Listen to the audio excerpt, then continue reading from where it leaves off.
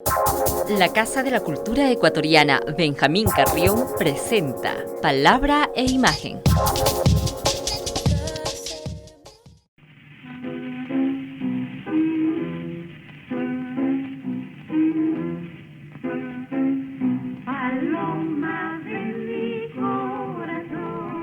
Escuche, le molesta que piensen, que reclamen el aire, que se fumen luciérnagas porque todo es de estrellas. Se irá a la casa con el aguacero, nos quitarán la espalda. Viviremos 2 años, sabe que sus espuelas valen más que mis versos. Yo no sé qué vendrá, ¿lo sabe usted, sargento?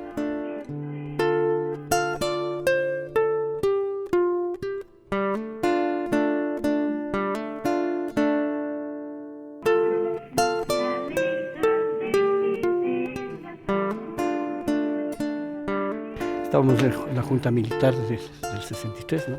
La Junta Militar del 63 que inclusive clausuró el café 77, y esa es una anécdota muy bella realmente, porque ya nos tenía fichados, estábamos a una cuadra del Palacio de Gobierno, ¿cierto? Entonces era una irreverencia total.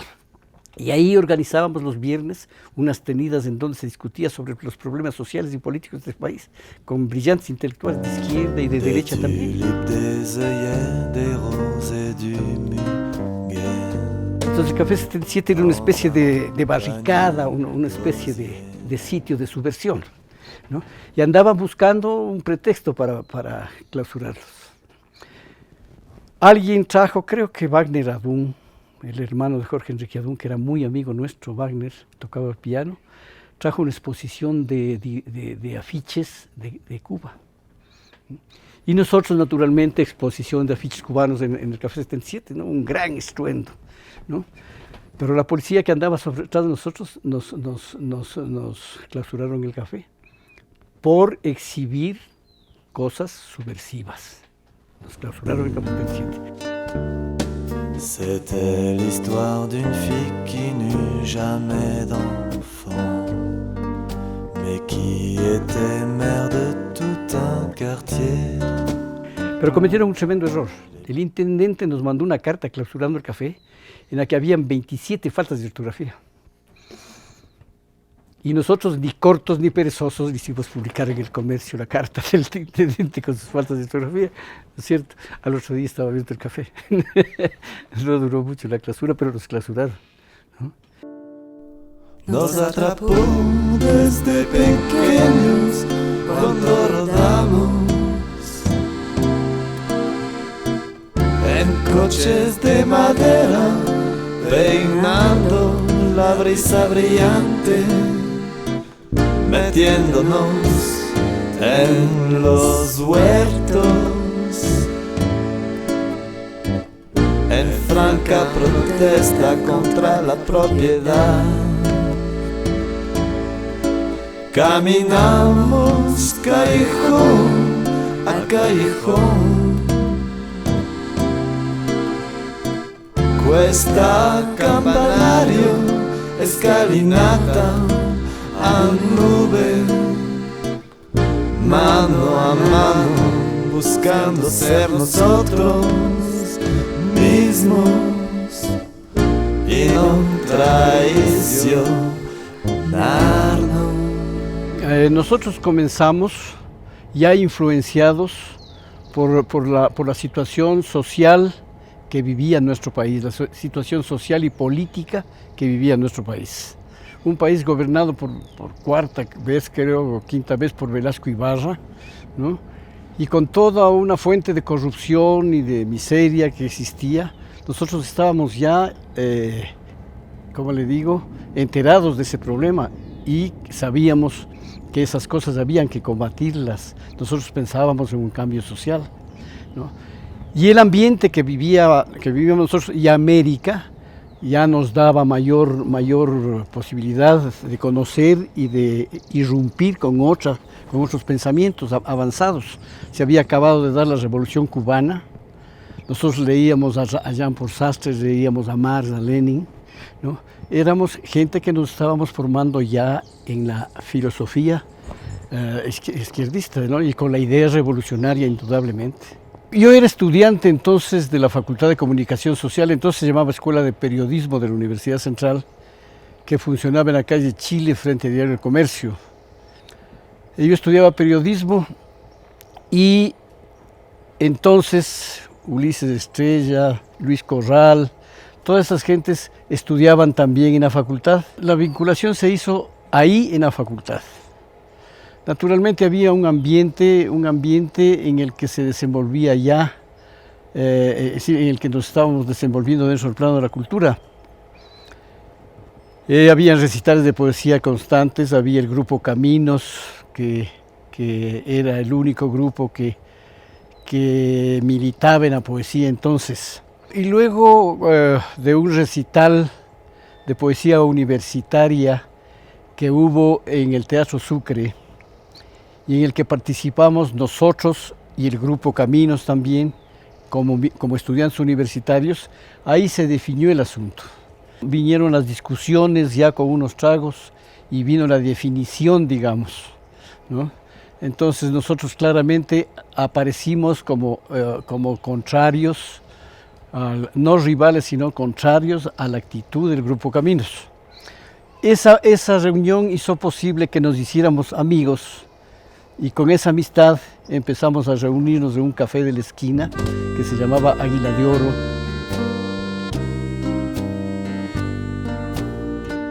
Nuestros recitales poéticos los cambiamos hasta de nombre. No era porque siempre se invitaba a un recital de poesía en tal salón elegante, en tal lugar determinado. Nosotros lo llamamos actos recitantes, porque no era solamente un recital de poesía. Además nosotros nos recitábamos, ¿no? Porque los poetas de Caminos, muy bien encorbataditos, recitaban con mímica y con todo. Nosotros no, nosotros leíamos los poemas, ¿no? Y el acto recitante no era solo la lectura de nuestros poemas, sino que era todo un acto teatralizado, ¿no? El primer acto se llamó Cuatro gritos en la oscuridad, ¿no? Eso lo hicimos en el aula Benjamín Carrión. Estuvo Ulises Estrella, Simón Corral, Marco Muñoz y Leandro Katz. Ellos hicieron este recital, que fue el primer recital sánsico. En este recital, que se llamó Cuatro gritos en la oscuridad, fue en el aula Benjamín Carrión. La convocatoria fue buena, llena el aula Benjamín Carrión.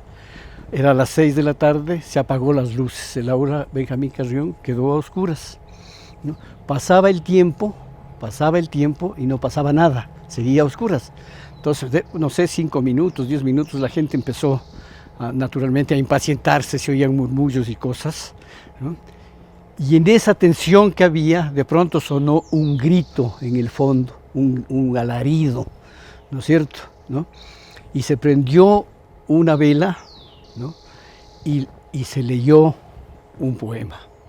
Se apagó, terminó el poema, se apagó la vela, y de la otra esquina otro grito así mismo estentorio y nueva lectura, así los cuatro, ¿no? Entonces fue una cosa impactante, esto no se había dado nunca.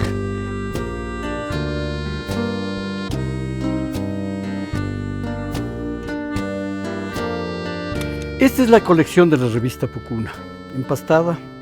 Está aquí la colección completa de las 9 revistas que llegamos a publicar. El número 1 apareció en octubre de 1962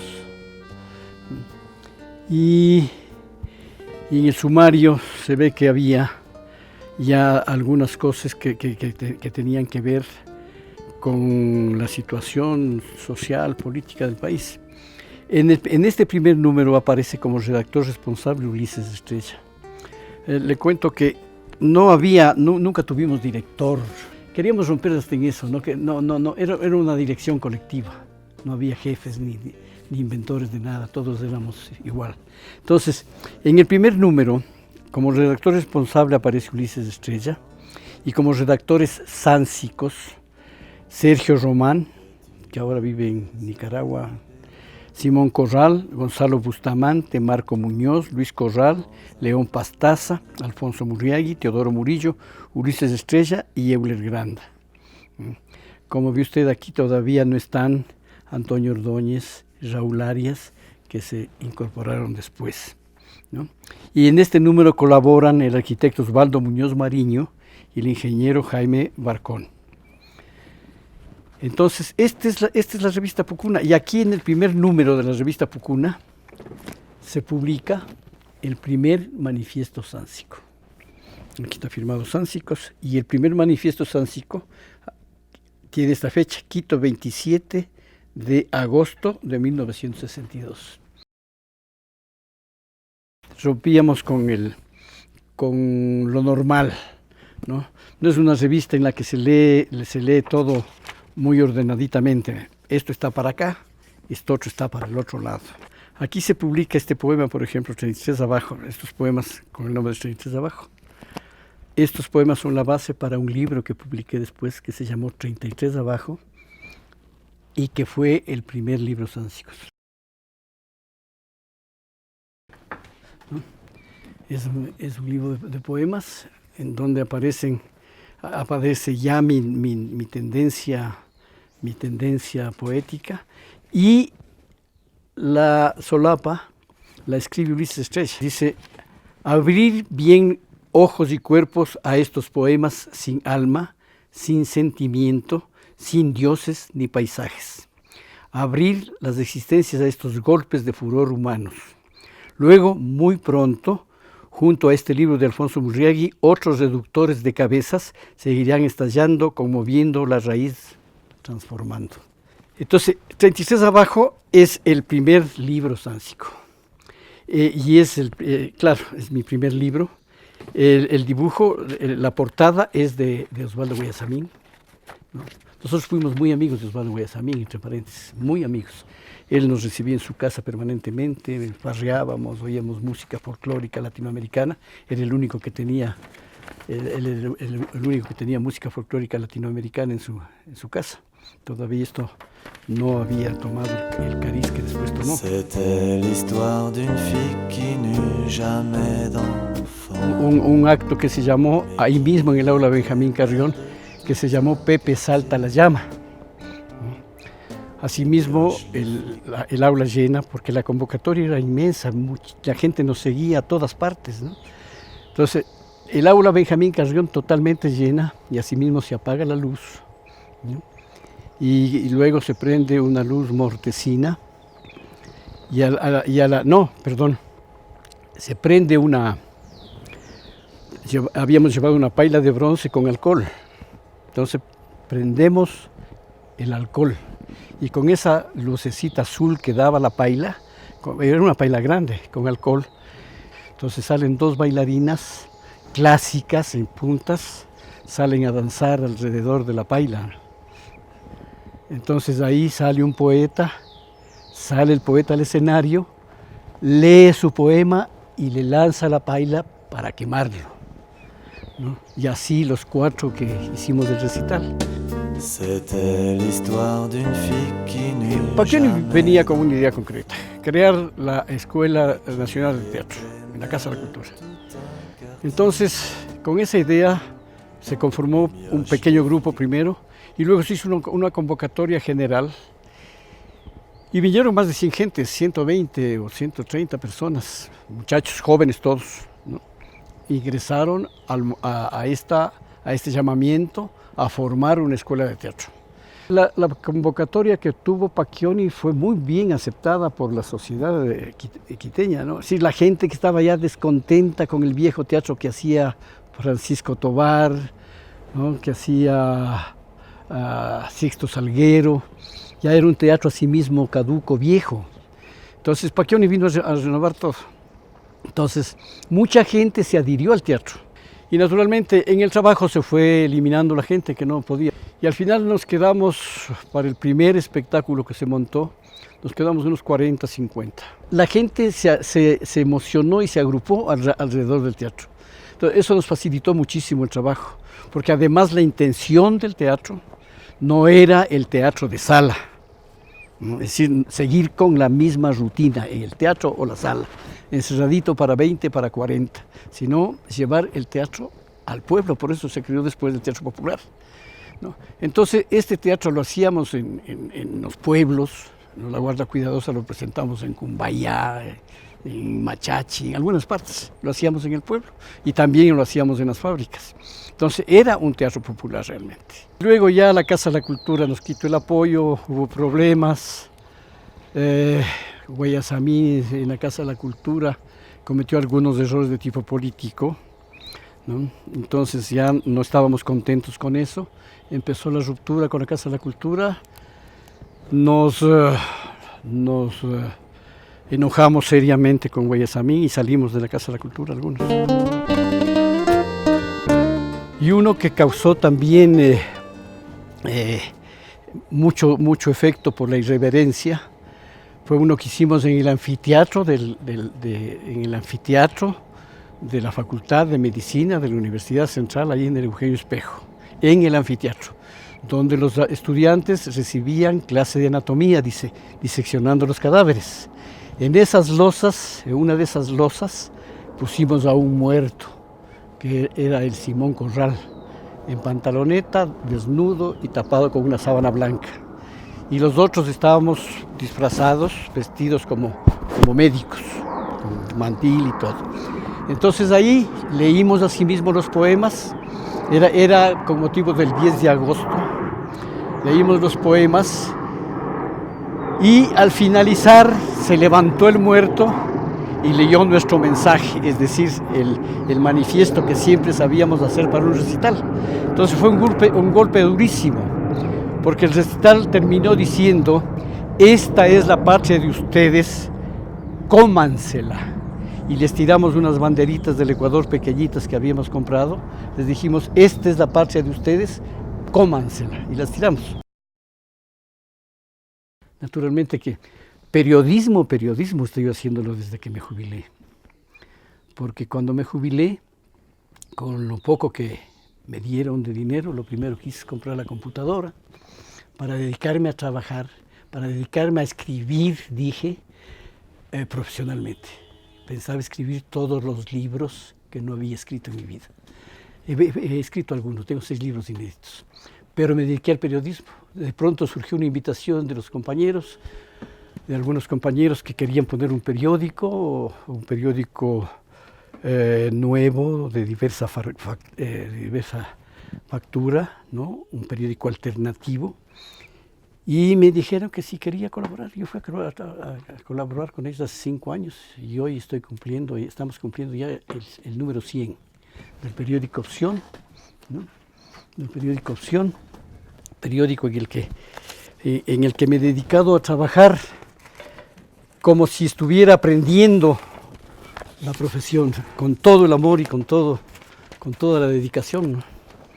Mi intención sobre todo ha sido rescatar a aquellas personas que, habiendo sido puntales de la cultura ecuatoriana, que habiendo sido quienes han dado mucho por la cultura ecuatoriana con su obra artística, ahora son olvidados por el sistema. El sistema no les hace caso. Hay gente que está muriendo del hambre, ¿no? Y que ni ley de cultura ni nada. Para algunos hay sueldo vitalicio, pero para la mayor parte de la gente no. Un ejemplo: César Taco murió en la miseria, ¿no? El gran pintor, el gran acuarelista César Taco murió en la miseria, metido en un hotelucho, pagando $1 o $2 diarios para que le dejen dormir en un cuartucho, ¿no? A él, por ejemplo, que estaba olvidado, nadie se acordaba de él. Algún día le encontré almorzando en un saloncito de Santo Domingo y le dije: ¿qué pasó, Cecita? Me contó su historia y esa historia la publiqué en el periódico Opción. Trato de defender, por decir algo, a Quito, ¿no? A Quito ahora privatizado, al Quito que ahora está privatizado hasta en sus colinas. Nos quitaron el Cruz Loma para que una compañía extranjera venga y no deje pasar a los andinistas porque los disparan, ¿no es cierto? No hay cómo. Yo fui andinista 12 años y me duele muchísimo que no se pueda subir a Cruz Loma. Hace poco mis nietos subieron por allá y les detuvieron, les dijeron que no podían pasar porque era propiedad privada, ¿no? Y así nos quitan el panecillo, que también es privado, y nos quitan este otro cerrito del frente, ¿cómo se llama? El Ichimbía, que también es privado. Es decir, privatizando, que es, inclusive esto es inconstitucional. La constitución política de este país por lo menos recogió aquello, ¿no? Dice que las montañas, los cerros del Ecuador no pertenecen a nadie, ¿no? Son públicos. La cultura y la difusión cultural en este momento se enfrentan y gravemente a la colonización cultural, ¿no? La globalización en que vivimos y los medios de comunicación, especialmente la televisión, son los encargados de corromper y dañar todo lo que se puede hacer en la cultura. Usted ve la televisión, no hay un programa cultural, no hay nunca un recital, no hay nada. La televisión es, no sé si vale decir, es una mierda, ¿no es cierto? No, usted busca, ¿no? Y no encuentra nada, lo mismo, y ahora que han aparecido una serie de, primero esas tecnocumbias, ¿no?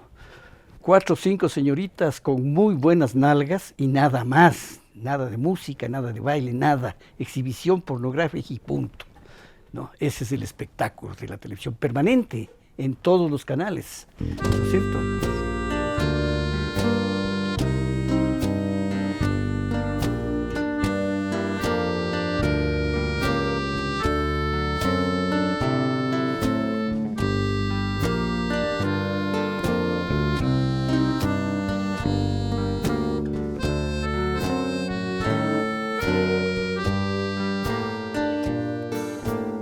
El grupo Sáncico terminó, es decir, duró la década del 60-70. Lo que pasa es que no es que terminó, no nos peleamos, no rompimos nada. Lo que sucede es que evolucionamos, simplemente eso, ¿no es cierto? Nosotros teníamos una tendencia política, éramos políticos, ¿ya? Militábamos en un partido de izquierda, la mayor parte, ¿no? Y entonces se desenvuelve la labor literaria, empezamos inclusive a pensar ya en la publicación de libros y todo eso, y la cosa política nos va llevando a cada uno a afirmar sus ideas políticas, ¿no? Esto produce que se piensen que ya lo que estábamos haciendo se había quedado, ya había necesidad de hacer otra cosa, entonces se formó el Frente Cultural. Pero al Frente Cultural vino una cantidad de gente, ya con diferentes ideologías, ¿no? Entonces ya hubo inclusive, ya hubo no enfrentamiento, sino ya una pugna ideológica, ¿no? Hubo una pugna ideológica entre los que manteníamos una idea de izquierda y los que venían, que tenían otras posiciones políticas. Esta fue la causa no para que se rompiera, sino normalmente un cambio, digamos, de expresiones, ¿no? Au bord de son fleuve factice,